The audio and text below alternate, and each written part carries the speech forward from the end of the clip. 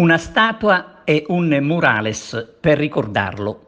Il primo anniversario della morte di Andrea Camilleri, però, trascorre tra le polemiche. A far discutere è la statua di Camilleri seduto al bar che verrà inaugurata oggi in via Atenea ad Agrigento. Possono collocare la statua dove vogliono, dicono gli empedoclini, ma la storia di Camilleri è alla Marina.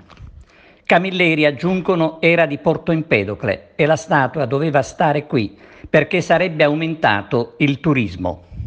Certo è bella questa sul turismo, visto che i turisti di fatto hanno arricchito un altro territorio, quello ragusano, grazie ai racconti del papà di Montalbano, con le riprese televisive girate in provincia di Ragusa, dove qualcuno a questo punto dovrà davvero ricordare per sempre cosa ha rappresentato per quella provincia Andrea Camilleri.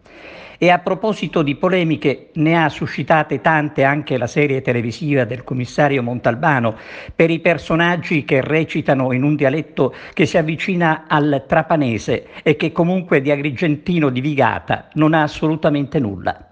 Intanto c'è da dire che era stata l'amministrazione comunale di Porto Empedocle ad annunciare una statua di Camilleri seduto al bar di Via Roma, dove era solito recarsi. Nel giorno dell'anniversario della morte dello scrittore sarà invece il sindaco di Agrigento a procedere alla inaugurazione dell'opera, con le polemiche che sicuramente non finiranno qui, alimentando veleni tra passato e presente.